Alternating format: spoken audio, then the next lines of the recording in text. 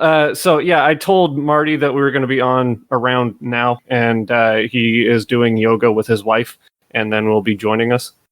I didn't know they let like 80-year-olds do yoga. Well, he's like 30 years younger than you, motherfucker, so you're one to talk.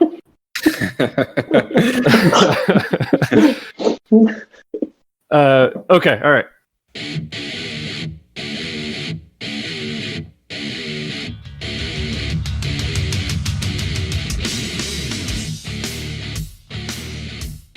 Welcome to our Florida Gator subreddit podcast. This is Topher Gator. I am joined by Zlatan Diego and the Hammer Suit. What's up, fellas?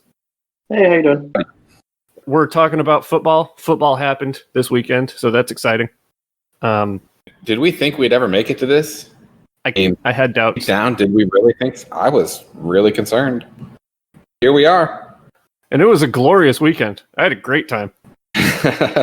Probably one of the best football weekends that I can remember, honestly. This was fantastic. Stress-free and entertaining. Yeah. I mean, just all around great. It's like a bye week without having to like be worried about injuries or like, oh god, we got to prep for this next game. Right. So, no, I'm actually really disappointed. I'm really disappointed I didn't get to see FSU get destroyed, but you know, that's just me. I watched most of it. I mean, I guess if you've been living under a rock, they lost to Georgia Tech in their opener. Is it the fourth straight opener that they've lost?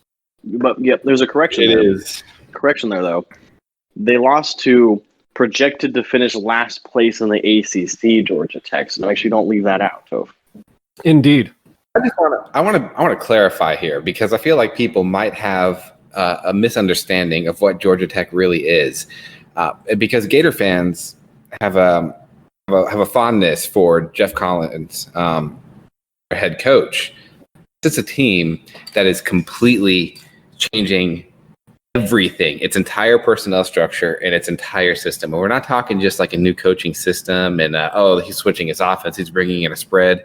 They're going from a triple option, weird wishbone, whatever the hell they ran before, to a normal, an offense that a defensive coordinator likes to run, something that maybe Muschamp would like to run, just more pro style. They don't have any of the players that they need for that. So they're just fitting these weird triple option dudes into this supposedly normal offense. Like Georgia Tech was a minimum 3-year rebuild to even get to this barely above 500 level. Yeah. And in the second year, with absolutely no players that fit their scheme yet, and a quarterback that FSU turned down and said wasn't good enough for them, Georgia Tech beat FSU. And I mean, it's so much of a rebuild that Collins hasn't even been doing the typical, coach false bravado thing. And it has allegedly been somewhat divisive in the coaching community, just how much he's been downplaying any possibility for success in his first couple of years because he's being realistic about it. So, I mean, yeah, this is a team that maybe later this year can improve enough to maybe flirt with 500 this year. It was like that Boise State game last year. It was like Florida State sort of did some things better in the first half than they had last year. And their fans had, reasons for quiet optimism. And then it's just, they go in at halftime and one of these teams is very well coached and the other team is a disaster. Yeah. And it was same thing as what happened last year. And I'd love to just blame Norvell, but at the end of the day, this is a roster full of just people with loser attitudes. Oh, yeah. And that takes a while to get rid of, regardless of his coaching ability. I mean, that you just push that all aside. That's a horrible, horrible attitude and environment. I was gonna say I was in the Discord chat, I think, talking during the game a little bit. And I made a comment. It was 10-0, I think, and Sims threw the ball right to a corner who jumped the route. He jumped underneath the receiver route, and it was a horrible pass, and it went right to the defensive back, and the dude just dropped it like stone hands, just fell down. And that guy was laughing and smiling, and I remember making a comment like, that's loser blood right there, absolute loser attitude. He should be pissed off, and that would have sealed the. Honestly, there's no way Georgia Tech would come back from 17-0. It just, I don't believe that would happen. It was huge momentum, and they just couldn't score. Wait, so who was winning at halftime? Was it Florida State? It was. Yeah, I think so. Was it 10-0, 13-0? I mean, I didn't watch the game at all. Like I literally like forgot it was even happening, and then turned on ESPN and saw they lost and chuckled. And then It was 10-0 at halftime. okay, yeah, that's so funny. They're so bad. And I mean, so bad. Georgia Tech, they did move the ball a little bit. Like there were some inopportune turnovers and some just awkward plays all around that made it like it could have been closer. I mean, it was still kind of a 10-0 game. I mean, FSU was playing better. Georgia Tech's a bad team, and it's not like they got that much better in the second half. It's just FSU sucks. And my favorite part about this is that it's a former Florida State quarterback that Norvell said, "I don't want you anymore," decided to play for Georgia Tech and then beat Florida State. Yeah, I'm not going to delude myself into believing that Norvell is going to be like another McElwain or Taggart. I think he's probably going to be better than that. But the way that he has handled their quarterback situation, their complete lack of quarterback talent, reminds me a lot of when McElwain was hired. And that first recruiting class, he didn't do anything to bring in quarterback talent that turned out to be his undoing. Like more than any other single thing for McElwain was, that he didn't bring in a quarterback, and then you're 2 years in and you're staring down the barrel of not having a competent quarterback until you've developed a true freshman. And I think that Norvell might be putting himself in a similar situation. Yeah, and he's going to put himself in a hole because he might be able to accumulate talent throughout the roster, but if you don't have a quarterback that's either talented enough or veteran enough to lead that team to success, then it's going to be another one of those like weird Muschamp type teams that like kind of competes, but can't. Like maybe goes to a good bowl game, but then gets blown out by a superior team. Like, I don't know. He's definitely mismanaging that position, and it's kind of surprising considering he came in with a lot of fanfare. So I don't think it was justified because I'm under the impression. I'm pretty convinced that Fuente is the one that built that program, and Norvell just maintained it. But there's a couple things here though. Like one, I want to also point out that having followed recruiting for a long time, you get a feel for which coaches get it and which don't. And yeah, sometimes it falls apart for other reasons or it does well for other reasons, but you get an idea. And so far, from everything that I've seen, Norvell is a worse recruiter than Willie Taggart. And it's not just like, oh, he has a worse class right now. He legitimately looks like a worse recruiter. Maybe on Mullen's level, but with an awful team, and maybe a little worse than Mullen. It's hard to tell. Like Mullen at least has the years of P5 experience, and we have tons of coaches with that kind of experience too, and Florida State does not. So in regards to the talent, I don't know if they're going to add it. What's Florida State's recruiting looking like right now compared to what? It's a dumpster fire. It is the worst it's been. Because I don't think Mullen is a bad recruiter at all. I don't think he's an elite recruiter, but I think he's definitely above average. I mean, the talent that he's brought in and convinced to come in my opinion, is significantly better than what McElwain was able to do. And I kind of trust him to develop said talent more than maybe Muschamp was. So it's like, but if their recruiting's a dumpster fire, I mean, you can't do a whole lot with that. I mean, they're already bad, and now they're not going to be able to convince people to come play for them because they're not going to get any better. Well, let's use this to transition then. We've talked about getting into like a recruiting update for the last couple of shows that we've done. So, Zlat, I assume that you have some sort of something prepared along those lines about the current status of our recruiting. Prepared. That is a very strong word. Shoot from the hip, buddy. I trust you. Yeah, we're gonna wing it a little bit here. Honestly, I can't remember the last time we discussed it. I feel like we did not have some of these commitments. We added a couple of the Palmetto kids, much to my surprise. Jason Marshall and Corey Collier, two standout defensive backs. Marshall especially, he is an absolute top cornerback. We're talking, another guy who can step in right away as a true freshman, get playing time, and get drafted in his junior year. He'll just jump into the long line of corners that do that for us. So I'm pretty excited about him. And a surprise to be sure, but a welcome one. It really is. And I mean, I was at a point where I was like, I don't know if we're going to add anybody.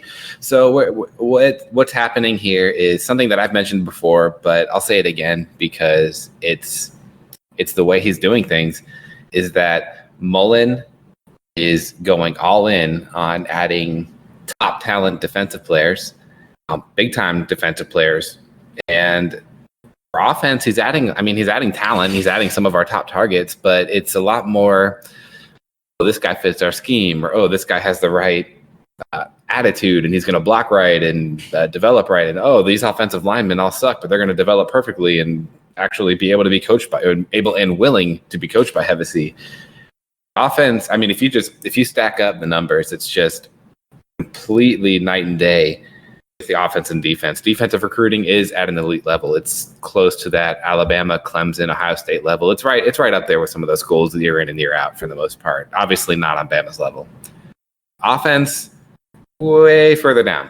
So it's just, I mean, the best way I can describe it is if it's a video game, he uses all of his points on defensive recruiting and leaves like 5 to 10% for the offense and just kind of rolls with guys he thinks he can make work. We'll get to find out how that actually works out. It's unique. I haven't really seen it before for us. Muschamp he had the same recruiting style, but he's a defensive minded coach. Right. Like he would load up on the defenders and he got some offensive players too, but it just, the talent level on defense was insane and kind of his undoing, not adding offense. But maybe with Mullen, since he can make offense work, maybe it'll work out. Yeah. That's kind of my big picture thing.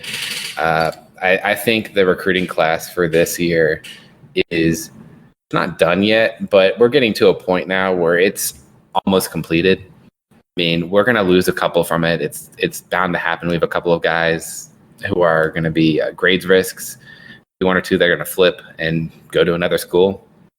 And we're going to be looking to flip most of the elite targets who have committed elsewhere. And we have a couple uncommitted guys. I'm trying to think of the names. Xavier Sori, Terrion, one of those. That's a linebacker and a safety. So we're going hard for those two out of kind of in the Panhandle area. And then we have some offensive linemen we're trying to add. I'm probably missing a big name, but class is kind of what it's going to be. I mean, hopefully we can add a couple of elite players out of nowhere, but where we are. I don't know if y'all have any thoughts or anything. I like the class. I will say that. Then one more thing, I guess we're going to put up a Q&A, just a post on Reddit, and we'll let on the subreddit, and we'll let y'all kind of throw some questions, and we'll do a Q&A later. And kind of, I mean, it's, since I haven't talked about it much recently, we'll all answer just our different thoughts. You'll get my thoughts on just overall recruiting, and then Toph and Hammer can pipe in on and bring kind of a different mindset. Maybe disagree with me too, whatever. So we'll leave that open-ended. And like I mentioned, it's the better questions are going to be the ones that focus more on just overall big picture. First of all, just because it's really hard to say, oh, well, we're going to get this guy and he's going to commit to us, because yeah, it could be like that today, but it could change instantly at any point. And it's just so hard to know exactly where a kid's going to go when they're just telling everybody different things. But just any big picture stuff, anything about the staff, maybe about next year, kind of some focuses. I got a lot of thoughts, so feel free to ask whatever. Yeah. I mean, I think you summarized it really well. I guess my thought regarding recruiting is that it feels like we have sort of developed a little bit of a rhythm where, like, through the summer and spring, things seem pretty dire. Things seem not great, and like there's not a lot going on. But then, like, at the end of the summer, I feel like the same thing happened last year. It's just we get like 3 or 4 guys just pop. Not necessarily out of nowhere, but it's like guys that we had sort of written off, or guys that we weren't feeling good about, just all of a sudden sort of go. And so I guess that's a lesson to myself and probably others to, just relax. It's probably going to be okay. It's a little bit, I'm not a huge fan of the the turning in the homework, like 5 minutes before it's due technique. But, it's one that I employ in my own life, so who am I to shit on it? It's really easy to get caught up in the moment because, it's what we're used to following football games, and the moments do matter. But recruiting is this year-long thing. It's a slow process. You're building these long-term relationships. And yeah, you could fuck things up or make things great in the moment. But honestly, a week or two later, these kids forget that, or you can easily overcome it. So it's never as good, and real cliche here, but never as good or never as bad as you think it is. So yeah, it's going to be sleepy time in the spring, summer, as Tove likes to say, but we usually come around to where it's at least a decent class. And honestly, if we keep winning, it's never going to get that bad. Like, we're at the point now where Mullen's proven himself as a coach. So as long as he continues to prove himself, we'll stay up at a certain level. And no, it's not going to hit the Ohio State, Georgia levels that we're wanting to get to, or the Alabama under Saban levels, but it'll still be solid. Yeah, and he's going to continue to crank out guys into the NFL, and that's going to be a big deal too. Especially when Florida State is not doing that well, and Miami is Miami. Yeah. Speaking of Miami, I don't know if anybody watched that game that they played. I did. I was hoping they'd lose, and they ran away with it at the end against a bad team. But does anybody think that Manny Diaz tries to run out the score against Norvell? Yes. Yeah, for sure. like purposefully just leave King in, like when they're up 40 to nothing. I'm not saying that this is going to happen, but if they were up 40 to nothing, like I could see him leaving King in and just having him gun for the end zone again and again. Well, because that's Miami, man. And that's the thing is, I kind of like Miami's coach, Manny Diaz, because at least he understands the fan base's expected mentality. It's like, we're the best. We're fuck everyone. We're going to dominate. We're going to kill everyone. That's kind of their mentality. And there's only 3 fans, but at least those 3 guys are like, hey, this is how we think. And so that's what I like. I like that Manny Diaz is embracing that, because I didn't think that Mark Richt really embraced that mentality, even though I was I didn't want Miami to be successful, but I also had kind of a soft spot for Mark Richt, so I was hoping he'd be at least okay, because it was it was kind of his dream job to go back to Miami. But for anybody wondering, by the way, that's Hammersuit that's talking, the Georgia fan, and now self-proclaimed Miami fan as well. Shut the fuck up, Flathead. Boy, I wasn't going to go there, but yeah, these are some incriminating statements you're making. You're digging yourself a hole, friend. You guys are ridiculous. We have it on tape. We have tape of this.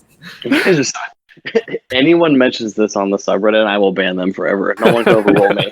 You can't just get rid of it. You can't hide the internet. I will ban you, though. I don't care. And I'm sure you've probably commented at one point, so I'll message Reddit admins and be like, this guy. There's some internet theory that if you try and get rid of a picture, it makes it 10 times spread way more. I know there's a word for it. Yeah, but it's the Streisand effect or whatever, or something like that. Is that what it is? Yeah, there's a name for it, but it relates to that. Never apologize. But what I was trying to get to is that I like that he does that, and that's why it's going to make it even better when they don't win, because he's going to talk all this shit and try to be all swag and Miami, bro, we're back and everything, and really they're not going to be back. And I'm looking forward to seeing. I love seeing arrogant people fall. Does that make sense? Oh yeah, it's a lot of fun. That's where I was going, but you had to. Look, you got to start it off a little better. Okay, my bad. I'll make sure I improve my intros to these things. So one more thought before I get too sidetracked, because I know myself, I'm 2 beers in now, and I will get sidetracked easily. I want to put out a couple of names and just kind of put this on the record as guys that I think are going to absolutely by far outperform their current ranking and rating that we have in our class. The guys at the top, they're obvious. And I love Marcus Burke, the wide receiver. He's the 212th overall player, the 38th wide receiver. I think that is absolute trash of a ranking. And I think he's much closer to a top 15 or 20 receiver, and maybe even better than that. I think he's really good. I think there's 3 names I wanted to bring up. I'm not going to try and be like, oh yeah, all our guys are underrated or anything. But yeah, some of the borderline guys. A couple of them are probably good borderlines, like Jordan Young and Javante Gardner. Both good players. I think we like Gardner more than his ranking, but I think he has some academic. He needs to get some stuff cleared up to get in. I don't think they're head and shoulders above the ranking. Now, 3 names that I do think are at that level: Justice Boone. He's a defensive end and should be able to play kind of a DT end. I don't know the terminology, 3-tech, 5-tech, but I think he'll be actually on the defensive line and not necessarily rush end. He's like a hybrid guy, kind of like C.T. Jefferson was. I think he'll be more like Zach Carter. Okay. Ideal. I think he's got the size to be able to. He's got a nice frame. I'm looking at his pictures. I mean, he's 6'5", 250 in high school. That's pretty nice. Yes, and I think he's very underrated right now. We're gonna have to hold on to him too. I mean, South Carolina, Muschamp, they're coming after him hard. So, and I mean, that's say what you will about him, and I will say a lot of bad things, but he can land big name players that he wants on defense. He's always done it. Yeah. I think I'm not worried though. I feel like our defensive line coach is probably one of the best in the league right now in terms of developing, and keeping talent. So he's got a good resume right now. So he's definitely proving his worth there. 2 more names. One I have raved about all over Reddit and on the Discord, and honestly, I think it was in his commitment thread that I was commenting on RCFB. Where I got permanently banned from there. Desmond Watson, a defensive tackle out of Armwood. I think that dude is a monster. I think that the staff views him as one of the top defensive tackles in the country, like top 5 at his position overall in the entire country. Right up there. Who's the kid that committed to Miami? Lawrence Taylor? Leonard Taylor. Leonard Taylor. I mixed the name up. I think he's also highly regarded. Watson is a little more of a project. Wasn't Watson the one that destroyed Slaughter? Yeah. There's absolutely wrecking one of our offensive line commits, who I don't have like a huge issue with, by the way, but that's another point. Watson, for the size that he has just this insane get off, like shot out of a gun. So that's 2 defensive linemen who I think are just going to dominate, and I don't understand how they're ranked in that 300 to 350 range. Watson should add a 4th star without too much issue, hopefully. Boone should, honestly, I think he'll get actually a pretty big bump in the rankings. I don't know if South Carolina's playing football or not. It's weird with high school being in, out, kind of. So that could mess with things. I don't really know. One guy, and then the final guy, last name, and I'll stop talking y'all's ears off. Nick Elksnis, I had to slow it down to say it right, is a tight end commit out of Jacksonville. And if you haven't seen it, there's a video of him on Twitter catching a touchdown. He looks damn good, damn good. And I think his stats I think he's played 2 games now, and he's got some crazy good stats. He's in line for a bump just based off of the video and stats already. And he was. I'll try to find that video and link it in the comments when I post this on Reddit. We'll tweet it out. I honestly, I think the subreddit. I think we did. I might have retweeted it from the subreddit too. So if y'all follow that, you've seen it. Yeah, he's the guy that Brewster was like salivating about getting. And honestly, he's ranked lower than Gage Wilcox, but he's a guy that it seems like it's not like our staff's low on Wilcox by any means, but I think Elksnis is the guy that our staff has just been really pumped about. So based on that, I'd been expecting him to outperform his ranking. Right now, he's a borderline. He's a 3-star, but a borderline one, just like Watson. While I think Watson's more deserving of the bump, I could see Elksnis getting that bump first, just because of his performance on the field. Nice. That's great. You can book it. Those are the names right there. We're going to need help at tight end next year, I suspect. It seems like behind Pitts, there are some question marks there. There's certainly some talent there, but I don't think that spot is locked down with a starter going into next season. Because I think Zipper will probably be more of a hybrid guy his entire career here. I think he has some stuff to work through too. So he's got to kind of stay on the right side of the coach's playbook, if that makes sense. Probably better metaphor here. Because once Pitts is gone, it's pretty much any man's game next year unless we get a transfer in. I mean, because we don't really have Odom in the last class, and then we have Wilcox and what you call him Elkness? Elkness? What was his name? Elkness. Okay, yeah, we're gonna call him the Elk. Make it easier. And is it Kamor Gamble? Is he still around? I think so. He'll be around next year too. I mean, if he doesn't, I mean, he probably has the best chance of probably at least getting more attention early in camp if Zipper doesn't step his game up. So, over all the younger guys. I'm working on getting Marty in, so I'm gonna dip out here for just a second. This a guy you've seen on the subreddit probably, and he was instrumental, and Hammersuit can attest to this, in getting the magazine preview, the magazine itself. What's the official name of that, by the way? The Florida Gators football preview magazine. Florida Gators football preview magazine, the official one. Yep. And he was instrumental in adding a lot of analysis there and some really cool charts. And he's way smarter than me when it comes to stats. Yeah. And he was also instrumental in making sure that I actually got it done. So. Yeah, he stayed on top of Hammer. He was a good taskmaster, making sure that things were moving along smoothly, just like Mose. They tag team that one. It's beautiful to watch. I got Eiffel Towered by them. Yeah, there were definitely some high fives there. Meeting in the middle. Let's do this. We're just talking you up. Hammer was trying to say that you didn't do shit for that magazine, but I corrected you. Shut the fuck up.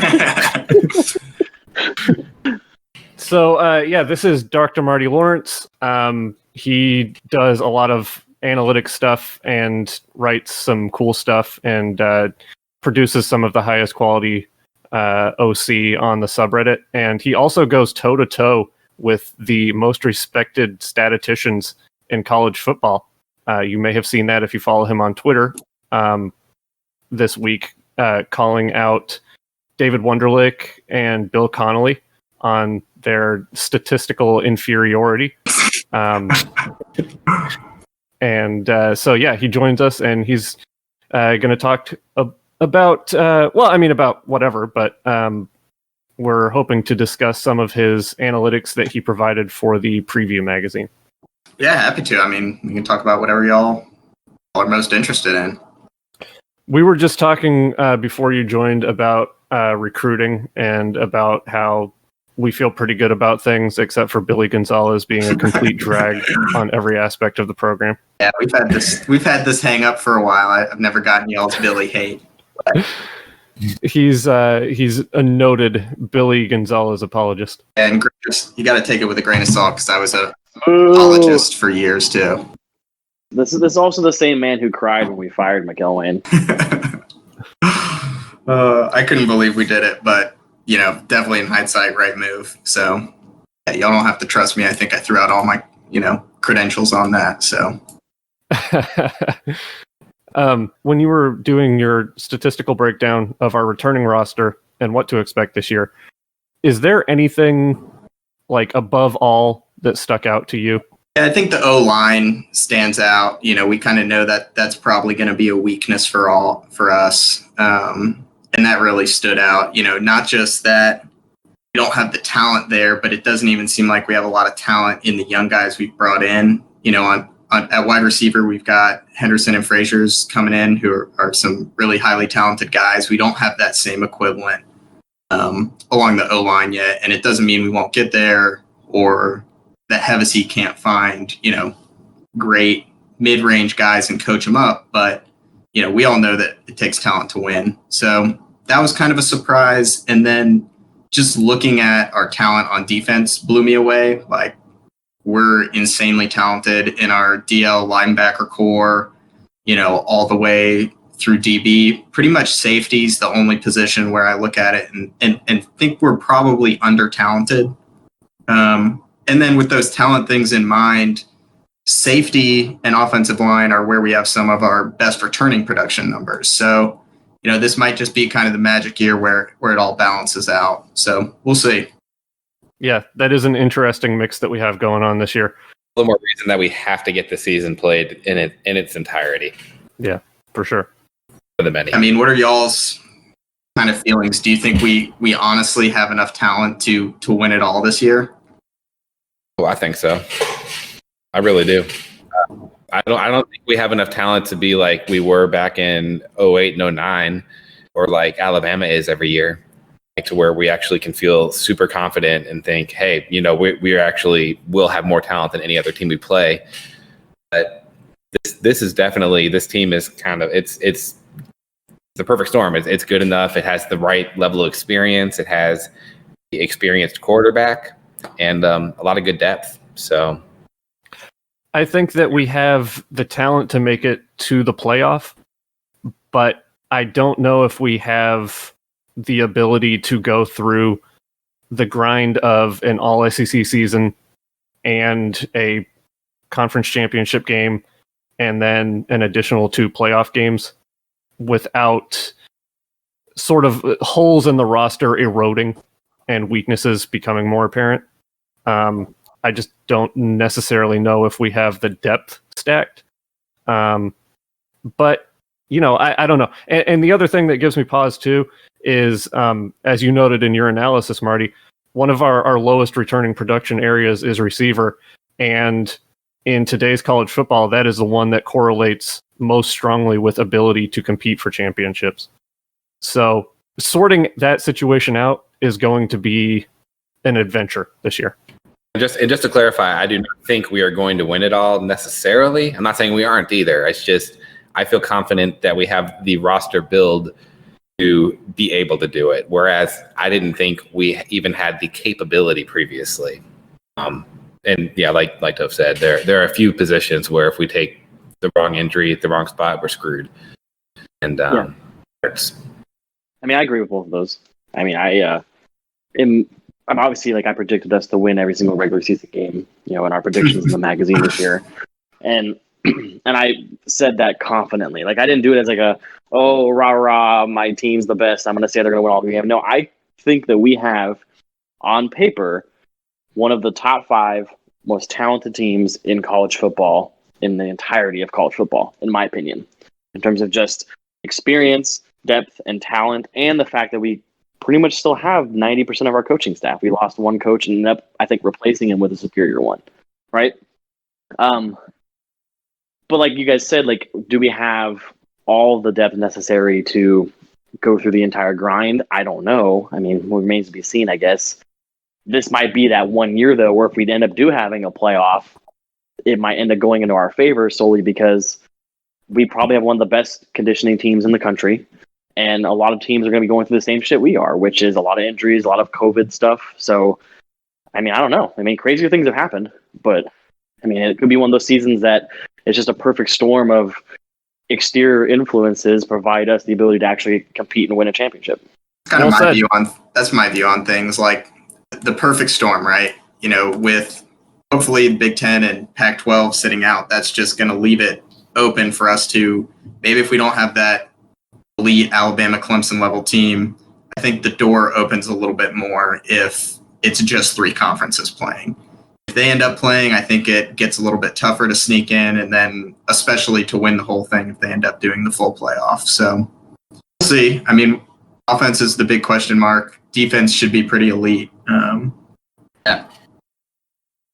I think this whole thing could turn out to be a huge advantage for Ohio State, the way that this whole situation is playing out, where if the rumors from the past few days turn out to be true that the Big Ten is going to try to start playing in mid-October and they squeeze in a 6 or 7 game season and they only have half a season's worth of wear on their roster, that's going to be a huge advantage going into a playoff situation, which I assume they would be included in if this season goes for the Big Ten.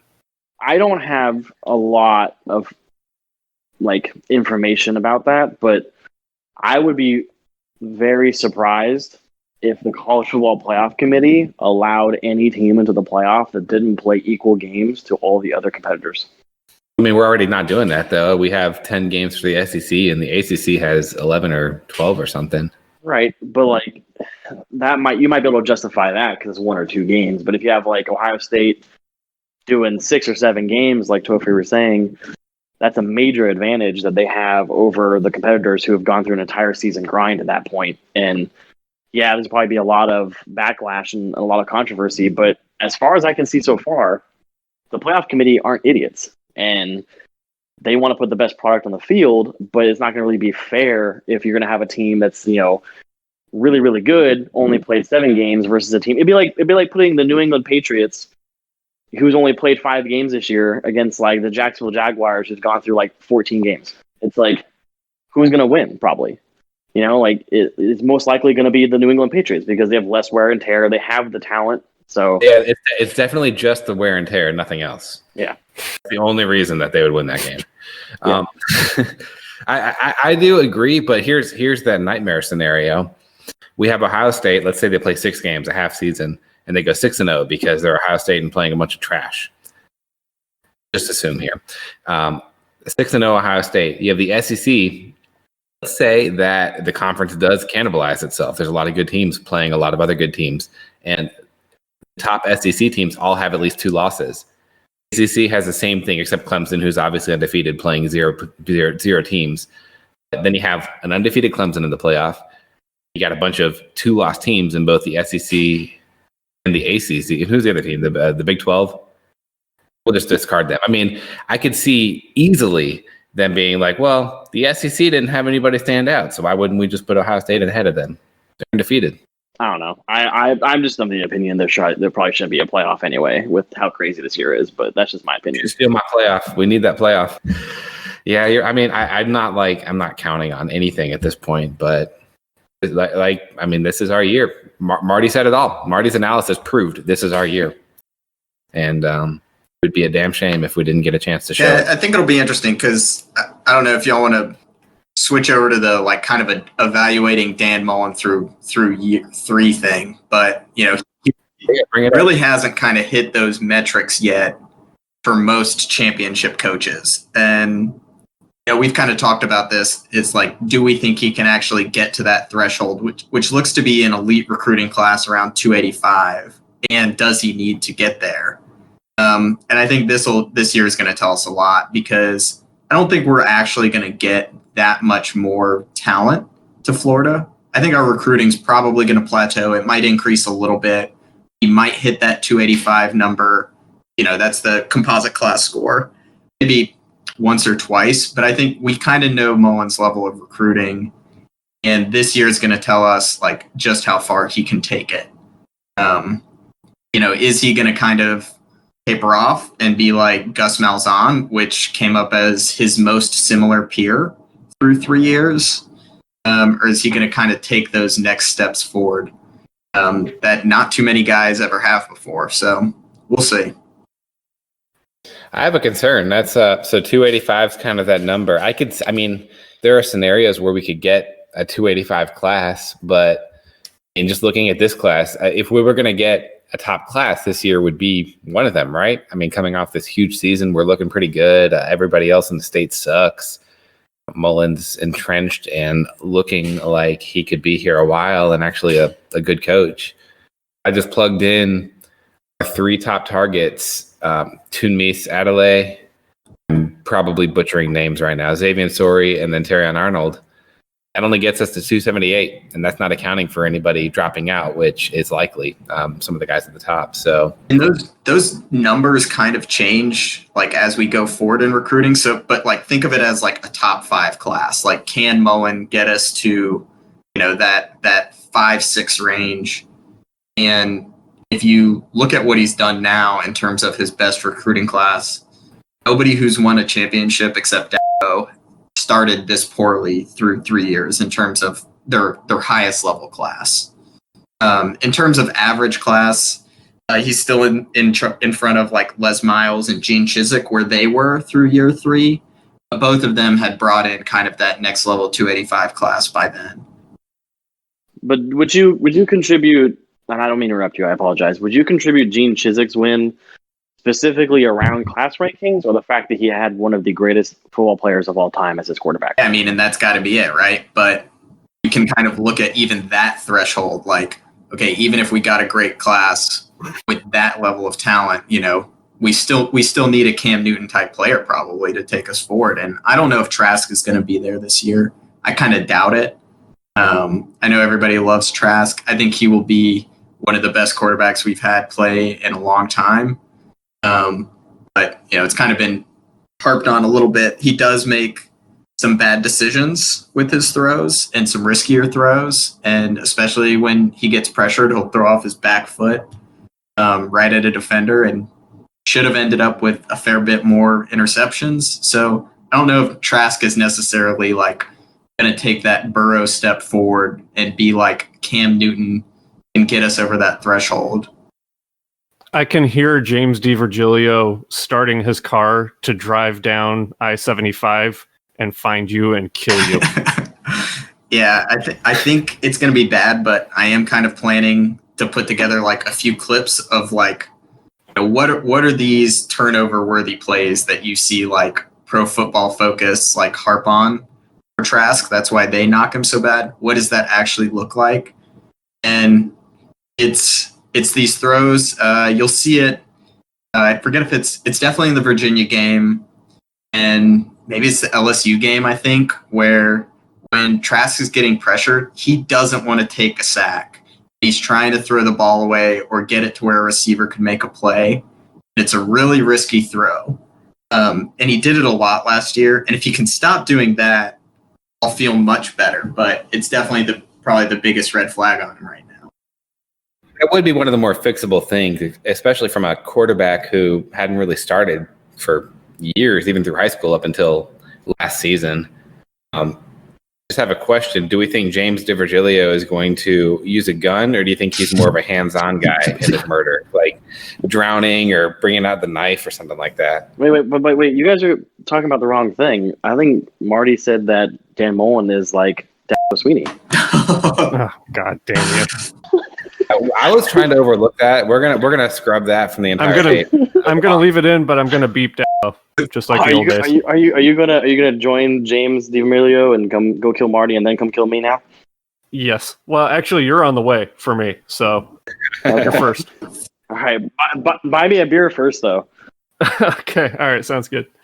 No, we're up to 3 mentions of that head coach's name. So that's multiple bleep outs you're gonna have to do. I'm just kind of doing a little tracker right now. Dabo Sweeney. Hopefully that analysis can kind of put this to rest, like, because it's pretty obvious, like, that last, like, Cheers for Peers graphic, like, through year 3, Mullen is nowhere near where that Clemson coach was. He's way closer to being Urban Meyer at Ohio State than he was to being what the Clemson coach was through 3 years. So that's great. And even if we don't think we have Trask equals Cam Newton going on here, I think we can be really happy because when you look at the guys that Mullen's around, like these closest peers, so many of them, we know he's a better coach than. Like, we know he's a better coach than Gus Malzahn or Ed Orgeron or Gene Chizik or Kevin Sumlin. Like, he can take us, even just looking at raw recruiting rankings, he's giving us an edge over them. And it's kind of, we're going to see this year, where does that edge get us? Does it end up at Jim Harbaugh? Or does it get us into this Jimbo Fisher, Urban Meyer, Nick Saban kind of tier? So we'll see. I had something I was going to say, and I completely blanked on it. I was so infuriated by Hammer's mention right there. On Trask, maybe?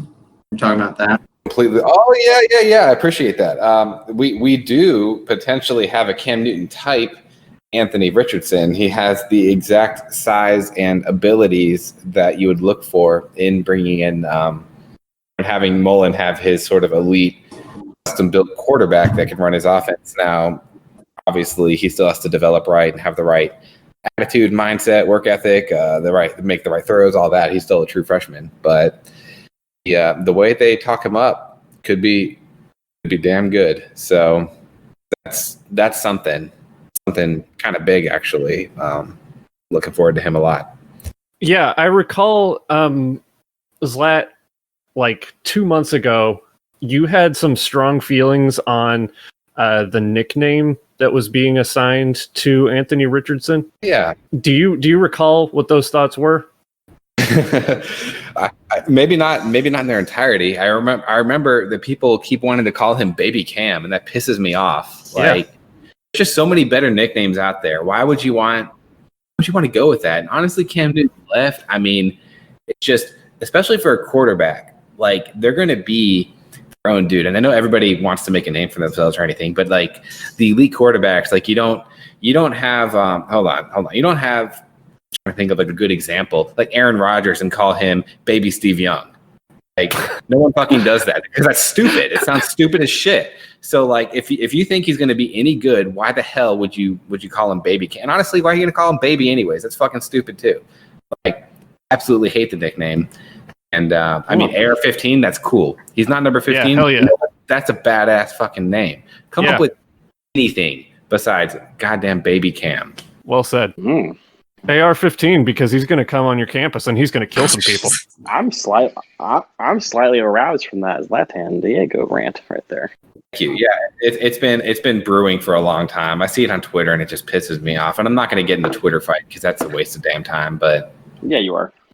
Maybe a little bit. Depends on the fight. That's not one worth it. Don't try to fool us. You just have to fool yourself. That's all you have to do. Right. So, something that I wanted to get into on this one, we're coming up on the beginning of the SEC season. We've got, a week and a half or so before that kicks off. I have a hot take and sort of a prediction for how the SEC season plays out. And so I'm just kind of springing this on you guys. So if you don't have one to contribute, that's okay. I just want to throw this one out there and get it on record. So I think that we are still going to lose to Georgia this year. However, I think that we will win the SEC East because I think that Georgia is going to lose in back-to-back weeks to Bama and Kentucky and lose the SEC East. For a minute there, I thought it was like Freaky Friday, and Toph and I switched bodies. Me talking about Georgia and losing to them all the time. Damn, it's like it's the most bittersweet thing ever because like the idea of Georgia losing those back-to-back games is hilarious, but losing to them, my God, I can't handle that. Yeah, they have, but geez, until it happens, it's tough for my mind to wrap around that. I think it's going to play out weird like that. I think it's going to be. I don't know. I have a feeling that this season is going to be bittersweet in some fashion. And if it's the fashion that gets us to Atlanta, then I'm okay with that. Do you guys have any like hot takes off of the top of your head? Nope.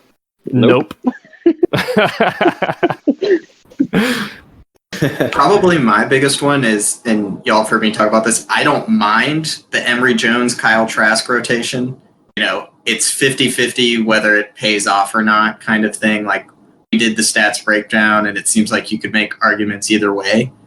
I like this idea of making the defensive coordinators prepare for something else, having a different dimension to our offense in case something isn't working, giving us that flexibility, playing to Mullen's kind of natural tendencies, and then just also keeping that second string quarterback engaged so that if something does happen to Kyle Trask, we've got a guy who's seen live, full SEC speed teams and is comfortable back there in high pressure situations. And I know this is another thing to piss off the Gator Nation podcast, but like that rotation, I'm in favor of it. Honestly, even immediate season aside, like it really could. There is a lot of value to getting Emory those reps if Trask does go down. Not many teams are going to have, for sure, a backup quarterback who's going to be as capable as him in regards to talent, experience, and sort of fitting a coach who can actually make it work. I mean, obviously Georgia can't. So yeah, well, and considering all of the praise that AR-15 is getting right now. And the fact that we are bringing in my opinion, two very talented quarterbacks in the 2021 class, like who can actually compete. Maybe not mentally, but physically can compete for, considerable playing time. Like, this might be Emory Jones's, like, chance to really show that he could be the guy next year. Does that make sense? Like with the rotation?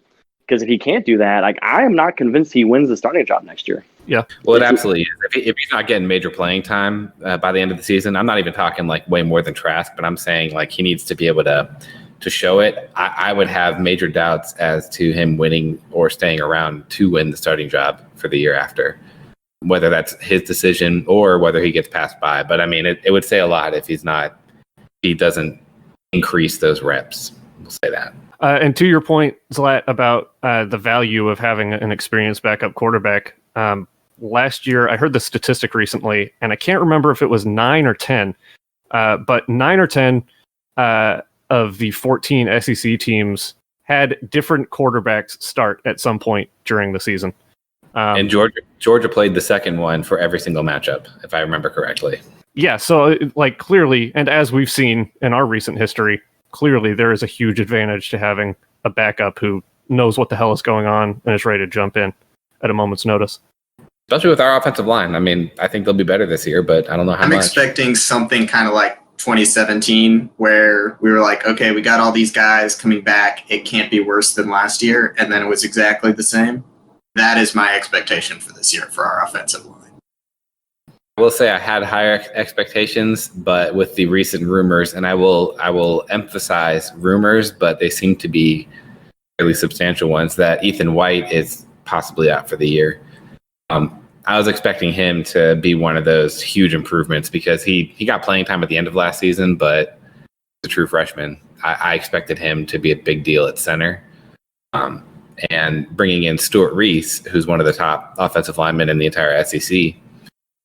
That's two guys who I thought were going to be at a close to all SEC level that we added from last year. So that was a huge deal to me. And we're down to just one now. I don't know. I feel like maybe I'm a little bit more high on our offensive linemen than you guys are. I feel like we have a more potential with everyone else not counting Ethan White and Stuart Reese. Like, obviously injuries aside, there's a lot of talented guys that we've accumulated over the last couple of years that should presumably do better with Hevessy's coaching over the last 3 seasons. I don't know. I wasn't a huge fan of Ethan White being at center. I pegged him more of like a right guard kind of guy. But I mean, I understand your concern though. I mean, that was definitely a guy that I expected to play like at a top SEC level, like possibly even be like first team all SEC. What I've heard, he's the smartest player on the team. So, I mean, he was kind of expected to sort of almost co-lead the offense with Trask up there, calling out assignments and lineups and matchups and all that. Just hope that those rumors are false in some fashion. But really, regardless of White, I don't necessarily know if it will be like a 2017 situation, because I do think that we will improve relative to last year. I've got a lot of esteem for Coach Hevesy and his ability to develop guys. And like historically, I looked back recently over some of Mississippi State's stuff. And really, once you got past their first couple of years in Starkville, Mullen and Hevesy never really had a bad offensive line. They had a couple of years that were down a little bit, but it was never like atrocious. And so last year, by SEC standards, our line was atrocious. So I think it will improve marginally, even if that just makes us a middle of the road SEC offensive line. I think it will be improvement of some sort. I'd take that. I would definitely take that. And I think I've looked at the Hevesy stats, or just how their lines compared to the SEC, and these are just obviously like random rankings. But the one thing that I had looked at a little closer was the centers that they've had, and Mississippi State's put out like some top level centers. I think they've had 2 or 3 that were drafted pretty high, and a couple more who played at kind of one of the top SEC levels. So it seems to be a skill of his to find these guys, the center position that nobody really believes in, because most of those guys were actually really lowly ranked. We're talking lower ranked than Ethan White even. And he did well with it. So that, again, just another reason I was really pumped about White taking over. and maybe he still will. And honestly, the alternatives is Kingsley Iguakun, who was another true freshman last year, and he could just as well win that starting job too, for all we know. The one thing that I had heard that was really positive is that we had or have 9 guys, I think, that the coaches are more comfortable with actually rotating in at different points and testing out. Whereas I think last year we might have had 5, maybe 6 at the beginning of the year, like barely even had a whole line. So we're almost at the point where we have a 2 deep that we can play. And I've heard good things about Griffin McDowell, and I'm assuming Joshua Braun will probably make a bigger impact this year. Braun's one of the names that seems to be really, he should be able to work his way into the lineup eventually. I haven't heard a thing about McDowell. He's actually not one of the 9. So if there are good things about him, that would be huge because he'd be number 10. I think the problem with him is that he probably can't play any other position other than center. Like, that's just kind of where he'd have to be. So rotation wise, he may not make as much of an impact, especially say Ethan White is fine and he comes and he's a starting center. We most likely won't see McDowell often, if that makes sense. But I have heard some things about him that are pretty positive. But I think Braun is going to be one of those guys that I wouldn't be surprised if he is either starting or playing significant minutes towards the end of the season. I like it. So, did y'all know that FSU, because I want to keep bringing it back to them because this is hilarious. They lost to Georgia Tech, by the way. Did you know they're only true they can win left that I would mark as an actual win in the schedule is Jacksonville State, and somebody tweeted about it earlier, so I went and looked. The QB for Jacksonville State is a blue chip out of Clemson, Zarek Cooper. Nice. He's a 5th-year senior, big time blue chip, really good on the ground. So if you do happen to watch the game this week versus Miami, maybe keep an eye out to see how FSU does in stopping the running quarterback, because if they can't stop King, I would say that Jacksonville State game might be a good game to watch for some good laughs and enjoyment on our part.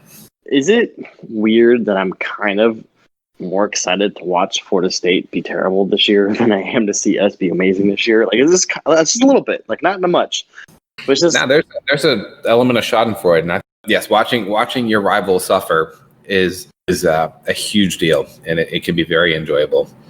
So we need to kind of have a reverse 2013 where we win it all while FSU maybe wins 2 or 3 games. The dream.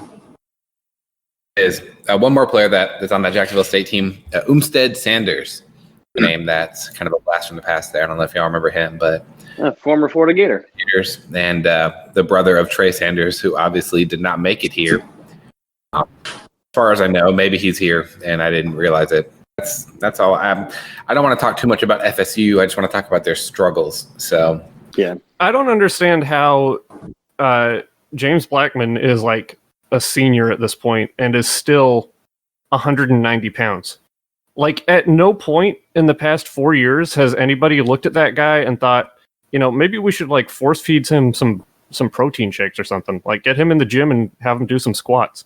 Holy shit! I didn't realize. I thought he was like a sophomore. I didn't realize he was a redshirt junior. He's been around for years. He'd be better off just actually downing like ice cream and putting on some actual fat. Like, seriously, he looks like a break. It's not good. It's not healthy. It's not like he really needs his legs that much with that offense. So, yeah, put on 20, 30 pounds. Protect yourself, dude. They're going to eventually bench him, and they're going to put a quarterback in who's going to play even worse, and it's going to be pretty amazing because then Florida State is the fans won't have any excuses at that point. They'll just have to accept the fact that their team is horrible. They brought in 2 freshmen this year. One of them is out for the season, I believe, or at least for a while with a broken collarbone, and then the other, blanking on who it was. Oh, it's that the Purdy that kid. Yeah, Purdy's the one with the collarbone, and then Tate Rodemaker. Oh yeah.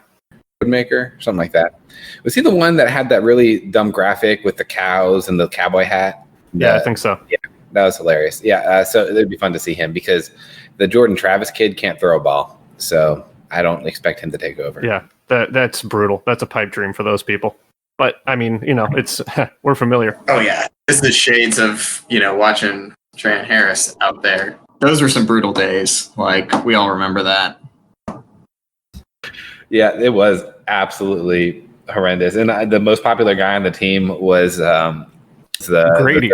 the third string quarterback. Grady. Yeah, Grady. Oh yeah. God, because it was never the second. There's never the backup because we always saw him and we knew he sucked. So the popular guy was always the third stringer for the backup to the backup. Yeah. Once we got seen him yet, we don't know how. Skyler Morningwig on our roster, I knew we had no hope with him. Oh yeah, nobody's gonna win a Heisman with that name. yeah. Maybe a Nobel someday. That's the kind of guy who like submits his application to a bunch of dream jobs and is qualified for it. And the guy who's looking at the resumes goes, "Who the fuck is a Morningwig?" and then puts denied on the application and sends it back. NFL's harsh. Yeah, for real.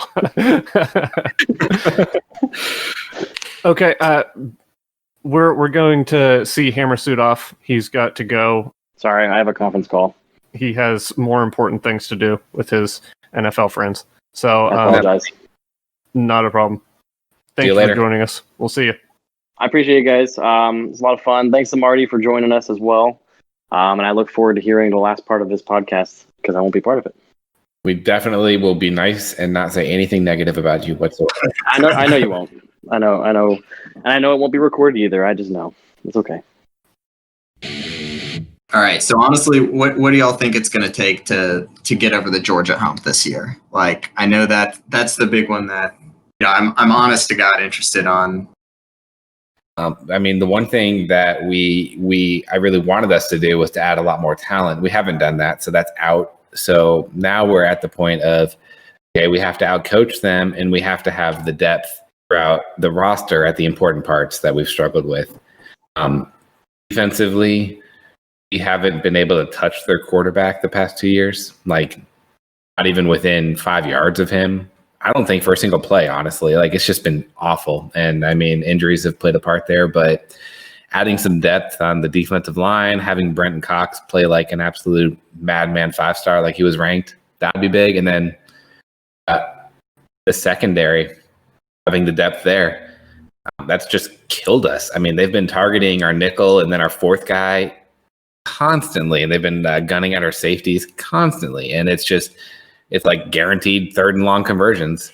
And maybe that was due to that one racist quarterback they had, but maybe switching quarterbacks and adding depth there. I think our defense can keep us in this game. And if it does, then I believe in Mullen and Trask to be able to pull out a game-winning drive if needed. Yeah, my kind of view on this is going into the season, I think I probably gave us like a 1-in-4 shot to win that game just because they're going to have a really good defense. And I think they're going to be one of the best teams in the country. And then, they've had these quarterback issues, and it doesn't really seem like they're going to have that position figured out, which is great, especially with a new offensive coordinator. And they've got Todd Monken in there.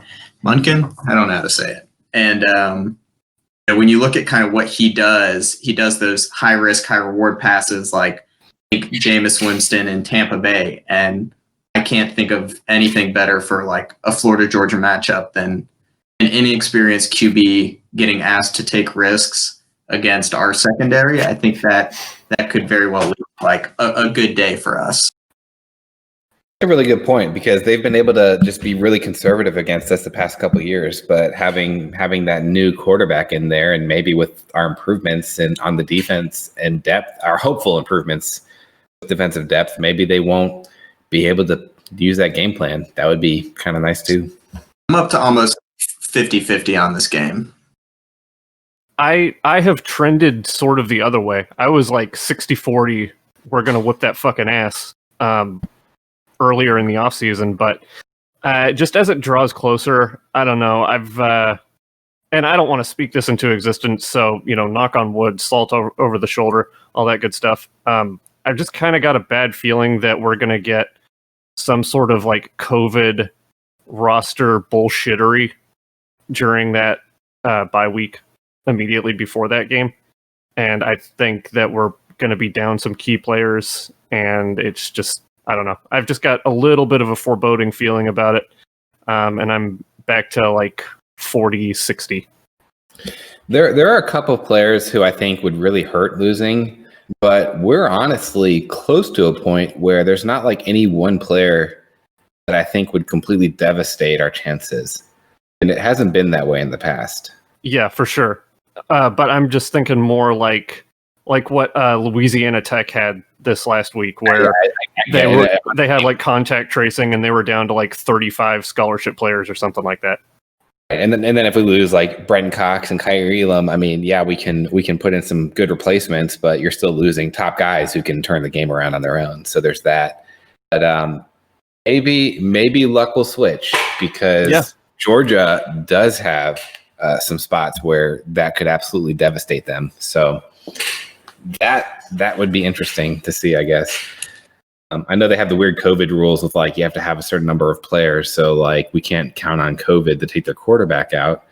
But if their quarterback is hurt, I don't know I don't even know who's going to play quarterback, to be honest. But whoever wins, if he gets hurt, then the next guy obviously is worse. So that would be something. I think, Topher, if this makes you feel better, if we have this situation where like guys like Zach Carter or Kyle Trask get COVID right before Florida, Georgia, if I'm Dan Mullen, I'm getting my whole QB locker room sick, my whole D line sick, and we're gonna take that game skip that happens in that scenario rather than play without my stars. I'm gonna game theory this, and I don't know if that's the right term, but make it work. Make it work for me. It's a good drop. I appreciate that. Yeah, it 100% will happen. And honestly, the same with Georgia. If they're missing their quarterback for whatever reason, I'm sure they'll find a way to COVID their way out of this. So yeah, that's a solid point.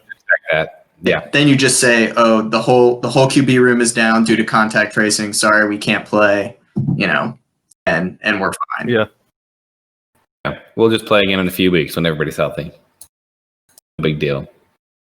But like you said earlier, Marty, regarding their offense and the way, I don't think we've recorded since what's his face opted out, or did we record right after that? We might have recorded right after that. The quarterback? Yeah. I don't know if we did, honestly. If we didn't, maybe we didn't. Newman. Yeah, like you were saying, that new offense that they're running, they don't have quarterbacks in that room that are really particularly suited to run it. I think that Newman was probably one of their better options there. And I was not super high on him like a lot of the national media seemed to be. Like, I was not buying him as a Heisman candidate or anything like that. But, he was at least experienced as a quarterback. And, now with him out, it lowers their margin for error to such an extreme point. And I don't know, I don't see how they're going to be able to implement their offense the way that they want to run it with what they have available at quarterback. I think it's going to have to be retrofitted to what they are capable of doing. And so, I don't know. I'm going to find a way to talk myself back into winning this game here in the next few weeks. I'm all about the roller coaster. That's why we're here.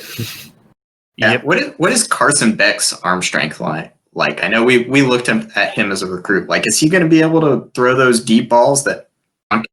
Yeah, he's got a really strong arm. Yeah, it's going to be. He plays baseball. I think he's got an arm. Yeah, for sure. I think he's the only one who's particularly well. I don't know. I guess JT Daniels, but it's hard to know with him what his health situation is. I don't know. I still don't know if he's actually been cleared to practice. I mean, I guess they've got some guys with an arm. I don't know. I think that Newman opting out really put them in a tough spot, especially as far as experience. Yeah, I'd agree with that. It definitely hurts them. I didn't think he was going to win the Heisman. Honestly, I don't think a Georgia quarterback is capable of winning the Heisman with Kirby Smart coaching. No. I don't think they're going to get the stats to do it. It's just anybody throwing money there is wasting their money, completely wasting their money. He just wouldn't let his quarterback, or he's not capable of doing it. It's like expecting a Muschamp offensive weapon to win the Heisman. It's not going to happen. I thought Newman would be the best guy for the job because of his experience, his ability. He's proven he can do it against P5 teams, and while he wasn't lighting the world on fire against the top competition, I mean, him being capable and on Georgia's stacked roster, it would have been good for them. That said, I was a hardcore proponent that they would never have started Newman anyways. Right. I stand by that until proven wrong. So we'll see who they choose out of these final 3 quarterbacks that are in it. I guess the true freshman Beck, the redshirt freshman Dwan Mathis, who sat out last year with brain cancer, some brain injury, something scary that he made it through, and that's great. And then JT Daniels, who's recovering from a knee, that ACL, I believe, some knee injury. Yeah, last year. So I think that Daniels has some long-term upside in that system. I think he could be really good, but I don't think it's going to be this year with, everything that happened during the offseason and his health situation.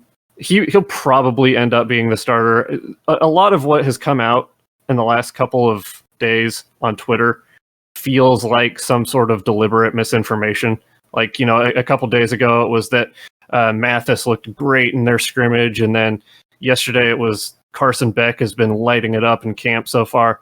That feels like deliberate misinformation, but, maybe not. Who knows? It really does. I'd agree with that. That's kind of my first thought whenever I saw it. I mean, and this whole COVID thing is such a wrench in it because, watching the NFL yesterday, even experienced guys like Tom Brady, Phillip Rivers, those are good quarterbacks, but where they haven't gotten as many reps in those new offenses, it looked pretty bad. And I think we're going to probably see similar stuff from new offensive coordinators and new quarterbacks around the SEC too. I got to get that channel, SEC 2. I felt like I was missing a letter. So something I wanted to touch on right quick is games coming up this weekend. We're still a full weekend out from the SEC starting. There were a couple of games that I was interested in. The Louisville, am I saying that right? I'm saying that the Southern way. I've assimilated to the Southern pronunciation of that. I grew up saying Louisville, but I don't think anybody from Louisville says Louisville. So saying it the way the locals say it for sure. You're actually doing a good job of it too. So all right, thank you. Thank you. I felt self-conscious for a minute. Louisville and Miami. This is a 1.5 point spread. Last I saw, this was last night at least, Sunday night, in favor of Louisville. That seems really low to me. Shouldn't that be more like a touchdown? I would have thought so. I'm surprised. And so Miami is a 1.5 point underdog on this one. Yeah. It's not like they've really proven much, and I think people are buying into they beat UAB by 2 scores, like they did what they should have done. Right. Not that impressive, and I'm not saying they can't do it. It's just they haven't yet. So why would you buy into it? I would agree with that. It's a weird spread, especially because Louisville has that coach who seems like the real deal. I mean, seems to get it for sure, and they have a quarterback who is a pretty good passer. I watched a little bit of their game against Western Kentucky, and he lit them up. He can throw the ball, and from what I saw of Derek King, is it Derek or De'Eric? Yes. Do we know? No. I don't know. From what I saw of King, I am not necessarily sold on his abilities as a passer. I think he's got a strong arm, but I don't think he has an accurate arm. They seem kind of one-dimensional, like they're going to have to run to be able to win. So I don't know. I don't know. Maybe Vegas knows something.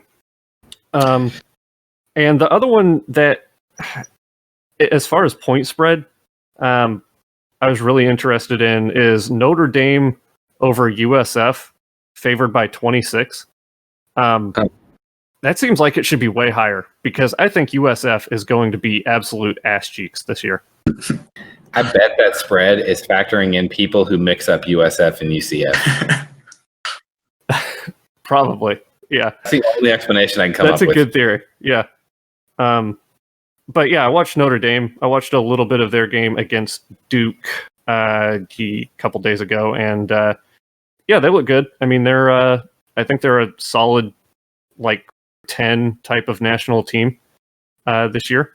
I don't think they're going to compete for a championship, but they looked pretty decent. I don't know. There's not a whole lot as far as like big flashy games this weekend. I mean, until the SEC starts. Yeah. Yeah, I'd agree. I would definitely hop on that Notre Dame blowout of UCF or USF line. Didn't UCF play Georgia Tech? Speaking of which, yeah. UCF was favored by 7.5 last I saw, and that's about right because Georgia Tech's not a good team. So yeah, which honestly, I would love to see them beat UCF still and prove once and for all that they're the second best team in Florida. That would be fantastic. Oh, absolutely. Like, there's only one team to root for there. And I say this as somebody living in Orlando with all these people. What is that like? Is UCF fervor real? Is that a real thing on the ground? Yeah, it's really bad. It's exactly what you would imagine from your internet and Twitter interactions that, yeah, these people are taking it real seriously. Sure. Yeah. Well, good luck with that. That seems terrible. God, that sucks. Is there anything else that we wanted to discuss, or do we want to do Culture Corner? I think we got to get some Culture Corner in. Just the last, I guess, football note that I have that I wanted to say was that, just a reminder, we'll definitely get a Q&A thing going up on the subreddit. So that should be something that you can look forward to. So think of some good questions, and you can make them as offensive as you want, as long as they are geared towards Hammer in that sense. But besides that, yeah, ask away. Indeed. 3, by the way, I've been counting. Yeah, thank you. I also have been counting.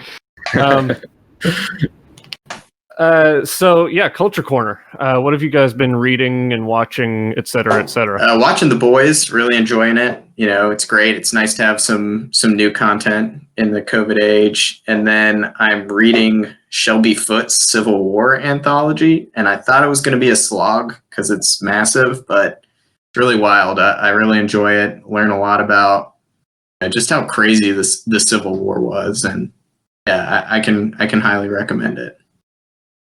Interesting. I've been meaning to do some Civil War reading. It's not a subject that I'm particularly well versed on.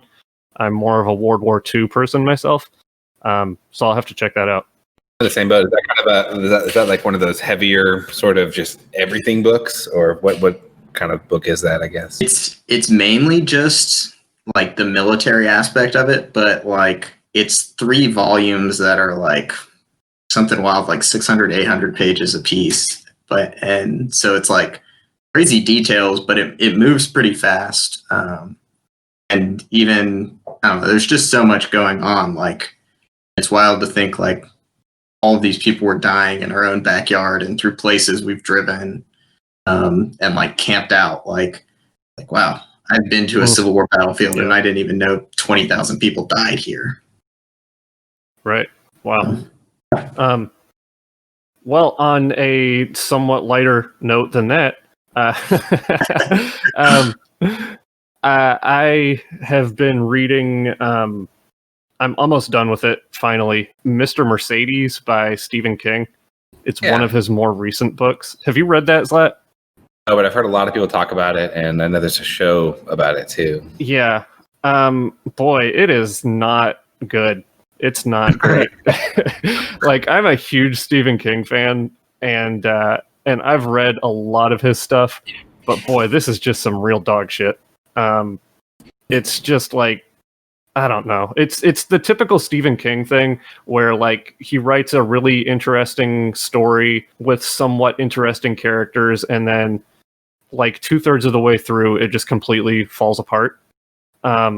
And starts to make less and less sense towards the end, much like this podcast. But we are the Stephen King of podcasts. I would take that, you know. But like the main character is just, it's like the Clint Eastwood character from Gran Torino, where it's like maybe well-meaning, but like pretty racist and just kind of weird. It's just all very odd. So yeah, I don't really recommend that. It's not worth your time unless you're a Stephen King completionist like myself. And And I also watched the new season of Umbrella Academy over the past week, and it was excellent. I had really mixed feelings on the first season, but this season was awesome. Just some of the better television I've watched this year so far. That's one of my favorite Netflix shows, and maybe actually there's one more that I've been watching that you reminded. I'm glad you mentioned that because I've been watching a bunch of those. Yeah, that was really good. I actually enjoyed the first season, but the second season absolutely just ran away with it for me. Yeah. Very excited to continue watching that, hopefully. Maybe one day when they start filming again. Eventually. Yes. We are about to fall into just like an absolute precipice of no television and movie content. Terrifying. Hopefully some people at home come up with some really cool stuff. I think that might happen. There might be something weird with that, like home video style, but I really don't know. But it's going to slow down a bit. Yeah, but I watched Umbrella Academy like you, so that was definitely good. The other series that I just finished is Away. That's the Mars based one. Yeah. And I would actually recommend it. It got kind of weaker reviews, and I didn't understand it. And then I looked at them and I understood it.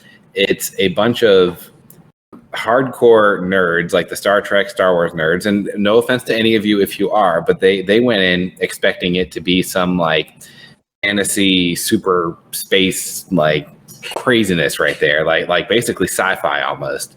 It's not sci-fi in the slightest. Like it's outside of it being slightly in the future. Like it's supposed to be very much based on reality. Just down the line with better technology, essentially. I thought it was great. I thought the characters were well done. I enjoyed it. I actually really enjoyed it. So we flew through that. I would recommend it. That's series. I'm trying. I had one more. I convinced the wife to watch The Mandalorian, so I'm going through for my second watch, and she's enjoying that. So Nice. That's been Nice. not always easy, but I'm working on her for Breaking Bad. We're still going towards that. I think we'll get there eventually. A few weeks ago, I had forgotten about this. My wife and I watched, I think it's called Love on the Spectrum. It's a Netflix show, short docuseries about people in Australia who have autism and are like trying to start dating. And like when I heard the premise, I thought it was going to be like really exploitative and kind of weird. But it wasn't at all. It was really good. Very like upbeat and positive type of show for the most part. But also you feel a full range of emotions while watching it. And I really enjoyed that. So definitely recommend that. And it's like fairly family friendly. So like, there's not a whole bunch of fucks and shits and stuff. So, like the podcast. Right. Yes, exactly. So Yes. Good, clean family fun for the whole family. Nice. Sounds nice. I get it's not necessarily a new segment because I've been bringing this up in Culture Corner, but I have an update to my mower story, just a quick one, because I know you all are incredibly interested in this. Oh yeah. Yes, absolutely. It's big time. And we can even call this segment Critter Corner. That's my little giveaway as to where we're going with this.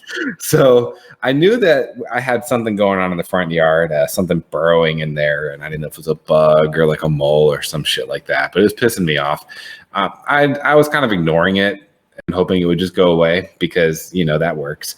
And so I bought this new electric mower, and it's been working great for me. I've actually been really enjoying it. It lasts long enough for my yard. I love it. So very easy, simple, and I don't need it to be super high powered. So great. Well, I was going the other day, and the damn thing just basically collapsed on me. It felt like I was just falling into a sinkhole.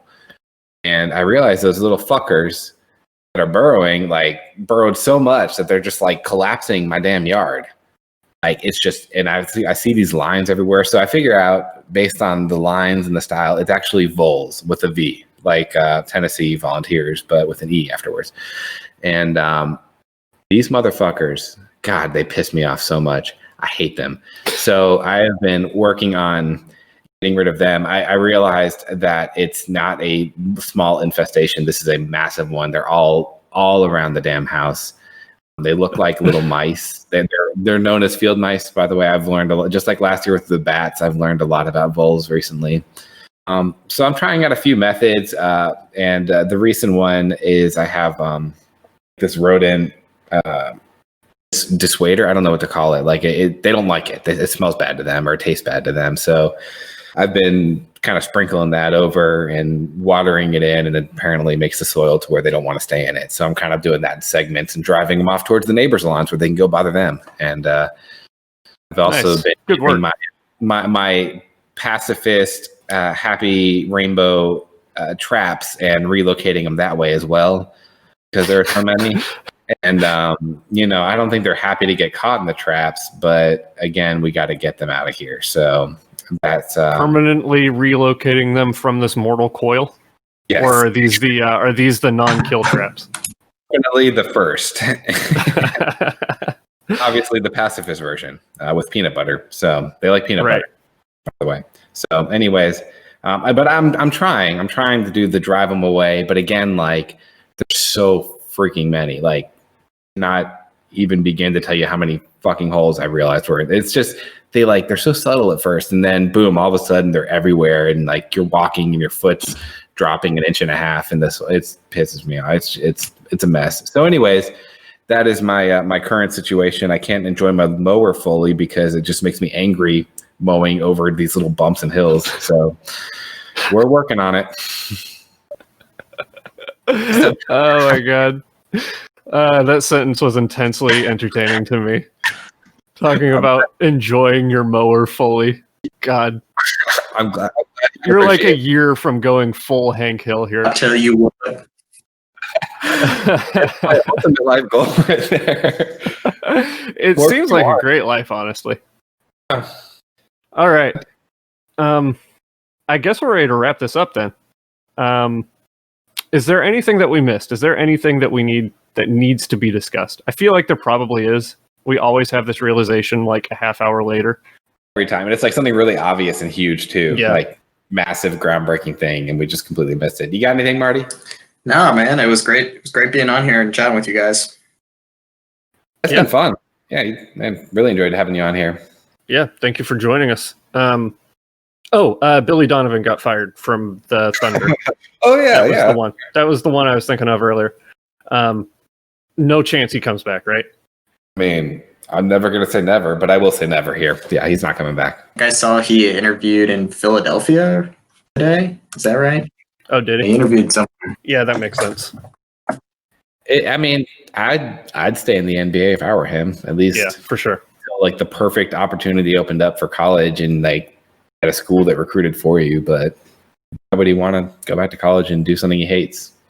He's just waiting around for Krzyzewski to retire or in I'm other so ways. confident. If he called up Duke, they'd fire Krzyzewski like tomorrow. I think they would. Really? I think so. How old is he? I mean, he's pretty old. He's been coaching for like 40-something years at this point. I think they'd drive him out. I think they'd encourage, like they'd make it a smooth transition. They'd give him the Bobby Bowden. Yeah, something like that. But Billy's like ready now, and I guess that's the issue. Krzyzewski looks younger than he is because he dyes the hell out of his hair. He's 73. Billy's 55. Yeah. I mean, Billy is like a guaranteed lock elite coach. So I think any team in the country would take him outside of maybe Kentucky. I guess maybe Duke wouldn't fire their elite coach, but again, like I think they would. Yeah. Okay. All right. I think we're done now. Marty, thank you for joining us. It was a pleasure. We'll have to do this again. Get some more stats up and stuff. That was really that was a really cool thing you did, by the way. Like a lot of it's over my head, but I've really enjoyed it. That magazine is badass. There's a lot of great info in there. If you haven't seen it, check it out. Yeah, for sure. We'll link it in the show notes. A lot of work. We have a lot of homework we're giving ourselves today. Yeah, it's fun to figure stuff out. So thanks for having me, guys. I guess that's it. Goodbye for Hammer, and we'll see you guys next time. Thanks for listening. Go Gators. Go Gators. Leave some comments, review it. Review it. Come, me lads, let us be jolly, drive away dull melancholy, for to grieve it is a folly when we're met together. Let a union be, in all our hearts, let all our hearts be joined as one. We'll end the day as we've begun, we'll end it all in pleasure. Whack, foller, roller, roller, tooralido. Whack, foller, roller, roller, tooralido. Whack, foller, roller, roller, tooralido. When we're met together. Solomon in all his glory told us all another story. In our cups we'll sing and glory when we're met together. Let a union be, in all our hearts. Let all our hearts be joined as one. We'll end the day as we begun, we'll end it all in pleasure. Whack, foller, roller, roller, tooralido. Whack, foller, roller, roller, tooralido. Whack, foller, roller, roller, tooralido. When we're met together. Eating and drinking, there's a charming, smoking and piping, there's no harm in. All these things we'll take delight in when we're met together. Let a union be, in all our hearts. Let all our hearts be joined as one. We'll end the day as we've begun, we'll end it all in pleasure. Whack, foller, roller, roller, tooralido. Whack, foller, roller, roller, tooralido. Whack, foller, roller, roller, tooralido. When we're met together. Grab the bottle as it passes, do not fail to fill your glasses. All to drink as our lasses when we're met together. Let a union be, in all our hearts. Let all our hearts be joined as one. We'll end the day as we've begun, we'll end it all in pleasure. Whack, foller, roller, roller, tooralido. Whack, foller, roller, roller, tooralido. Whack, foller, roller, roller, tooralido. When we're met together. Cease from quarrelling and fighting, evil speaking and backbiting. All these things take no delight in when we're met together. Let a union be, in all our hearts. Let all our hearts be joined as one.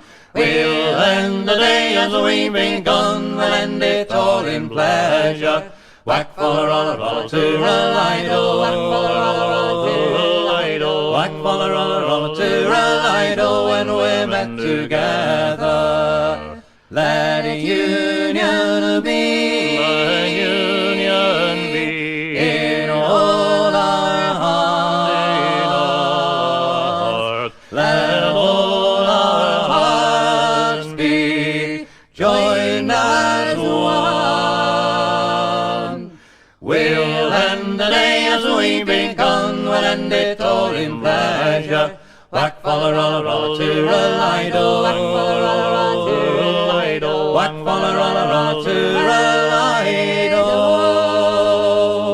When we're met together.